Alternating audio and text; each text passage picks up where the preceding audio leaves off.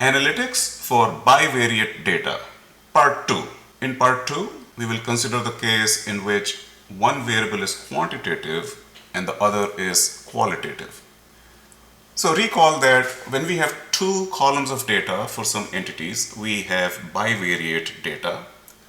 The two columns may be both quantitative or both qualitative or one quantitative and one qualitative. In part 1, we had considered the case in which both the variables were quantitative. In this part, we will learn how to do some analytics with bivariate data when one variable is quantitative and the other is qualitative. So let's look at the example data here. So here we have one qualitative data column, state, and one quantitative data column, order amount. So for this data, we can create various charts, such as the column chart with state on the x-axis and order amount on the y-axis, or the bar chart, state on y, order amount on x, or the pie chart, state as legend, order amount as slices of pie, etc. But one could argue whether the state column in this example is really a data column. Is it not a label column? And if it is a label column, then is this really an example of bivariate data, or is it another example of univariate quantitative data, order amount?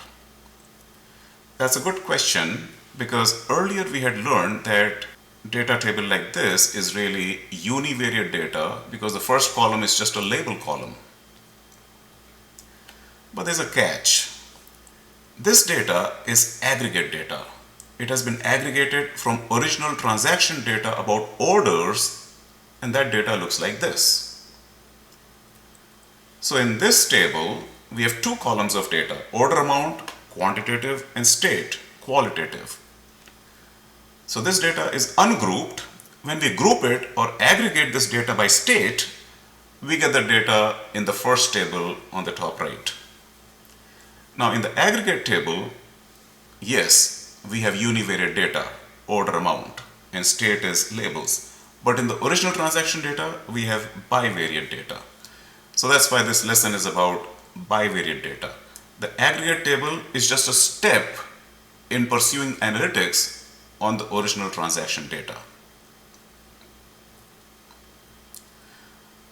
So when we have bivariate data with one column quantitative and one qualitative, what kinds of analytics can we perform? Now remember, we perform analytics to tell a story hidden in data, stories that can be used to make decisions to improve things. So when we have a combination of quantitative and qualitative data, to tell stories, what we do is we slice and dice data. We slice and dice the quantitative data on qualitative data.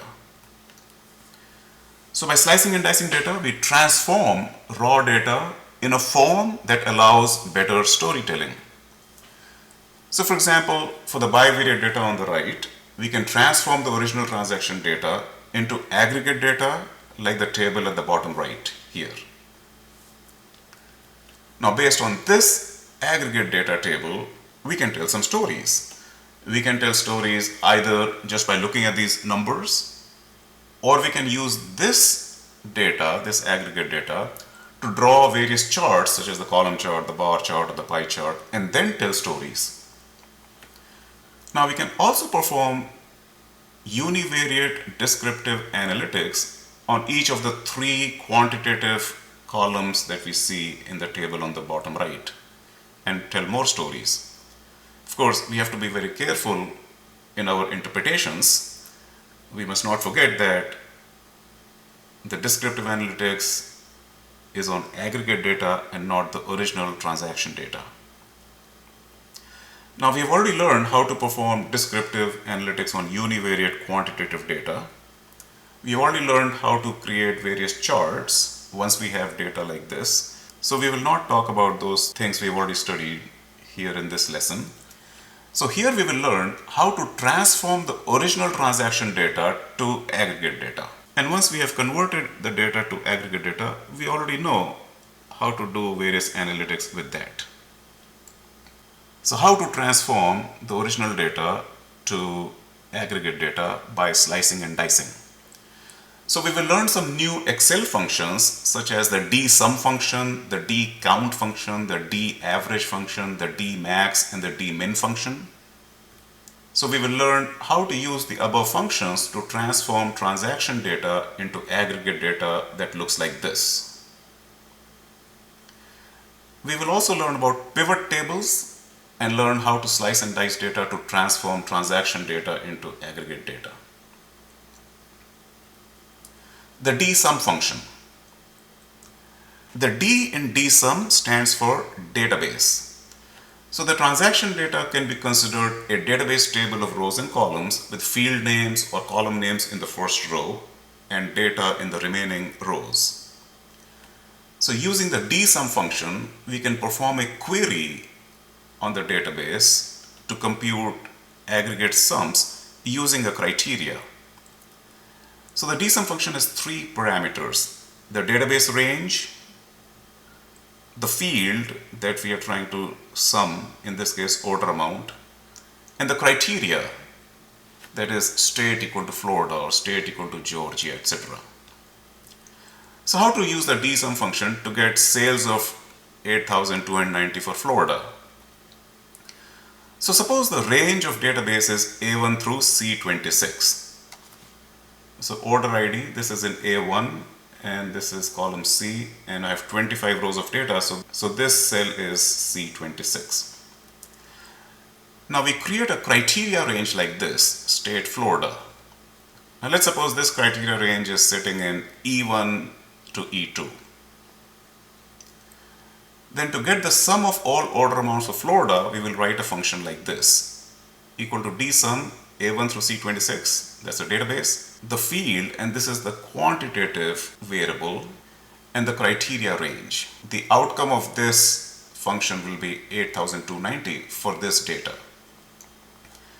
Similarly, by creating appropriate criteria ranges for other states, we can obtain the order amounts for other states. So state Georgia will give us 3425, state South Carolina will give us 1030, and state North Carolina will give us 1105. Other database functions. So that's our database and that's our criteria range, and that's what we want to get. We've already learned how to get the order amount using the dsum function. Using the dcount function, we can get this 13. Dcount A1 through C26, order amount E1 to E2. Using the daverage function, we will get this 637.69 for Florida using this function. Using the min function, we will get the 275 for Florida like that. And using the max function, we'll get the 1475 for Florida like that. Okay, so in another video, I will demonstrate how to use these functions. Pivot tables. Pivot tables and pivot charts are tools in Excel that allow slicing and dicing of raw transaction data into aggregate data. And pivot tables and charts are best demonstrated through examples in Excel, so we will not discuss them in this video. There will be a separate video of demonstration of pivot tables and pivot charts in Excel. So this concludes the lesson on analytics for bivariate variables with one quantitative and one qualitative variable.